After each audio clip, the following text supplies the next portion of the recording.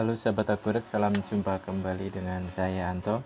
Dalam video kali ini langsung saja kita bahas sesuai judul ya, yaitu siklus penjualan full di Accurate Online. Ini benar-benar full mulai dari penawaran sampai ke penerimaan hasil penjualan. Oke, untuk memulainya biasa kita login dulu ke accurateonline.id ya, jangan salah URL.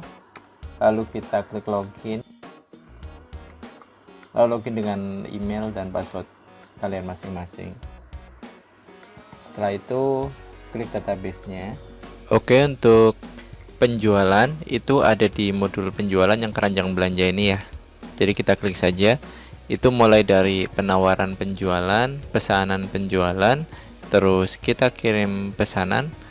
Kalau kita mengharuskan DP kepada customer, kita bisa terbitkan faktur DP-nya.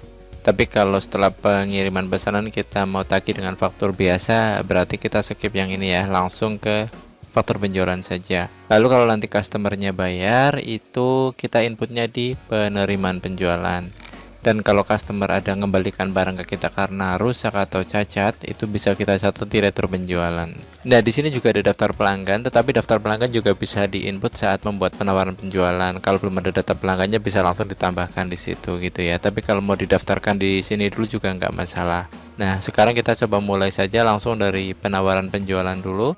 Ini untuk menawarkan harga barang kepada customer atau kepada calon customer. Nah, di sini ada PTA, tapi kalau yang beli ternyata bukan PTA, ada customer baru, misalkan Toko Melati Jaya. Nah, ini kan belum ada, jadi kita simpan Toko Melati Jaya sebagai data baru. Oke ya. Setelah itu kita akan menawarkan apa. Di sini barangnya kita tinggal pilih aja ya. Nanti ada muncul semua barang, karena ini baru ada satu barang di data ini, cukup yang ini aja dulu. Misalkan kita tawarkan 10 dengan harga 180. Oke, nanti kita tinggal cetak penawarannya.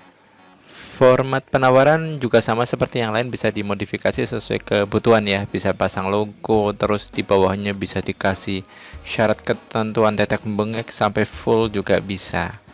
Intinya ini defaultnya sih baru seperti ini yang dikasih oleh Accurate, tapi kalian bisa modifikasi sendiri di desain cetakannya. Oke, saya tutup. Itu penawaran sudah tersimpan. Kalau mau lihat list penawarannya di yang hijau ini nih. Iya, ke Toko Melati Jaya menunggu diproses gitu. Nah, nanti penawarannya kita bisa email ke si Toko Melati Jaya, di email atau di fax gitu ya. Lalu nanti kalau Toko Melati Jaya menerbitkan PO, mereka order ke kita atas penawaran yang tadi, berarti ke siklus selanjutnya, yaitu kita catat di pesanan penjualan.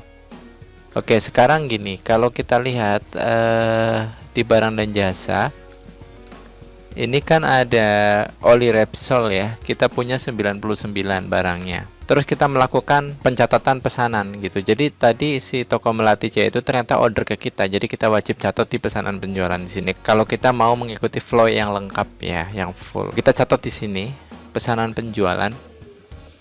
Kita dapat pesanan dari Toko Melati Jaya. Yang dipesan adalah berdasarkan dari penawaran yang pernah kita kirim. Jadi kita klik ambil, pilih penawaran. Dia memesan ini ya, sesuai SO kita, yaitu oli Repsol 10. Misalkan dia cuman ordernya 5 ya, kita tulisnya 5 di sini. Kita akan tawarkan 10, dia ordernya 5. Jadi kita ubah aja di sini, catat 5 ya. Lalu kalau dia ada PO, dia kan ngirim PO ke kita, ada nomornya kan. Kita mesti input di sini nih nomor PO. Misalkan nomor PO dia seperti ini tulisannya. Ya, kita input apa adanya sesuai dengan nomor yang kita terima dari mereka, nomor PO-nya. Atau kalau mau melampirkan PO mereka juga silahkan di scan ya, nanti ditaruh di komputer, terus kita bisa upload dokumen PO-nya gitu, tinggal di plus aja, cari gitu ya. Tapi kalau nggak mau di upload PO-nya juga nggak masalah. Oke, ini nyatet pesanan, berarti si Toko Melati Jaya pesan pakai PO nomor ini, yaitu yang dipesan adalah oli Repsol sebanyak 5 jirigen. Lalu kita simpan. Sampai sini apakah sudah ada efek kepersediaan? Kita kembali ke barang dan jasa ya. Kita lihat daftar barang dan jasanya di sini nih. Jadi oli Repsol tadi kan stok awalnya 99, sekarang juga masih kuantitas di gudang 99, tetapi stok dapat dijual itu tinggal 94, berkurang 5. Kenapa? Ya karena sudah dibook atau dipesan oleh si toko Melati Jaya ini gitu ya. Jadi stok dapat dijualnya itu berkurang 5 karena sedang di booking atau mau segera kita proses untuk pengiriman gitu. Sampai sini untuk pesanan penjualan sudah dicatat.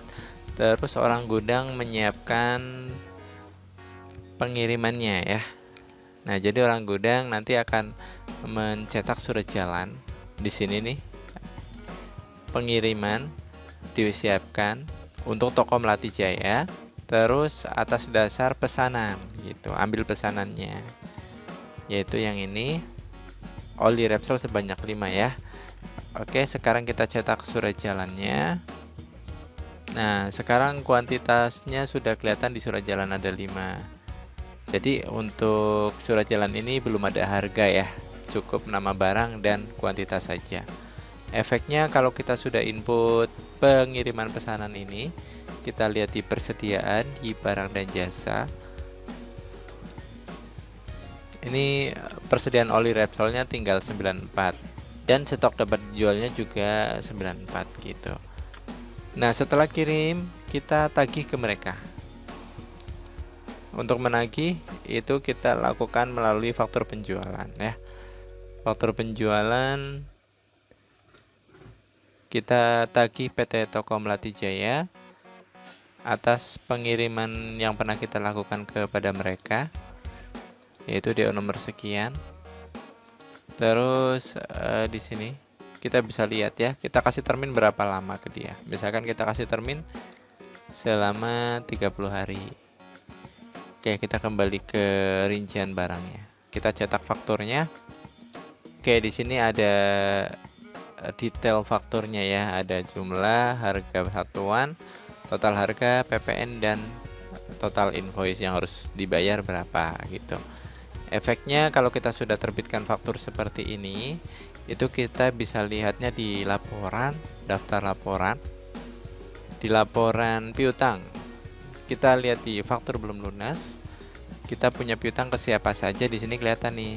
Contoh ke PTA kita punya satu piutang, punya satu faktur, nilainya 158. Terus ke Toko Melati Jaya kita juga ada satu faktur ya, tanggal 27 ini tanggal jatuh temponya juga kelihatan. Nah, kalau kita mau lihat umur piutang juga ada nih di sini yang rinci ya, rincian umur piutang. Nanti yang sudah lebih dari 30 hari, dari 31 hari dan sebagainya akan kelihatan di sini. Dari invoice juga sudah mengupdate sih laporan keuangan. Sebagai contoh, saya coba lihat yang standar dulu. Untuk bulan Maret laba ruginya kelihatan nih. Ada penjualan 1080, ada harga pokoknya, terus kita bisa lihat untung kita berapa, jadi kelihatan laba bersihnya ya.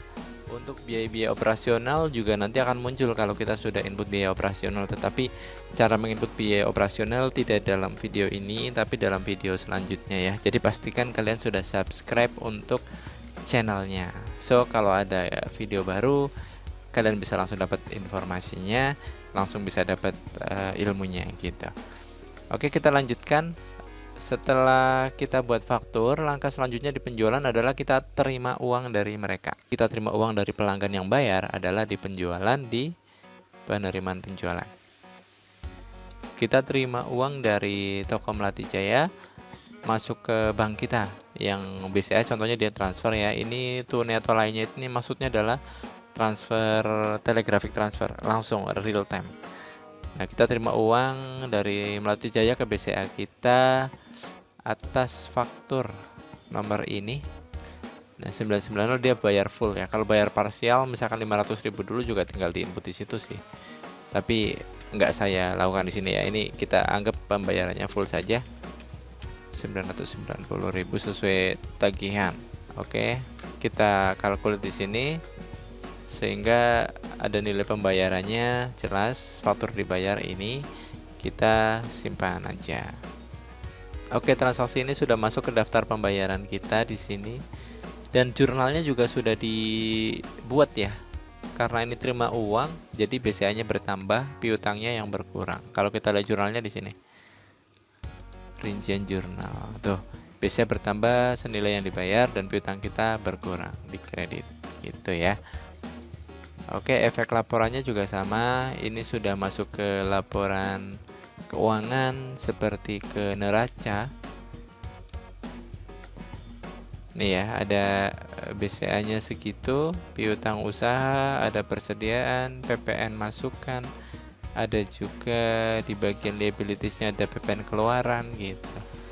Atau kalau mau tampilkan neraca yang indukse kontrol sih lebih jelas ya, karena dia kiri kanan. Yang ini nih. Seperti ini neracanya, dan ini sudah dijamin balance ya kalau di Accurate. Kalau software lain nggak tahu deh. Oke, cukup sekian untuk siklus penjualan di Accurate Online. Terima kasih, selamat bekerja kembali.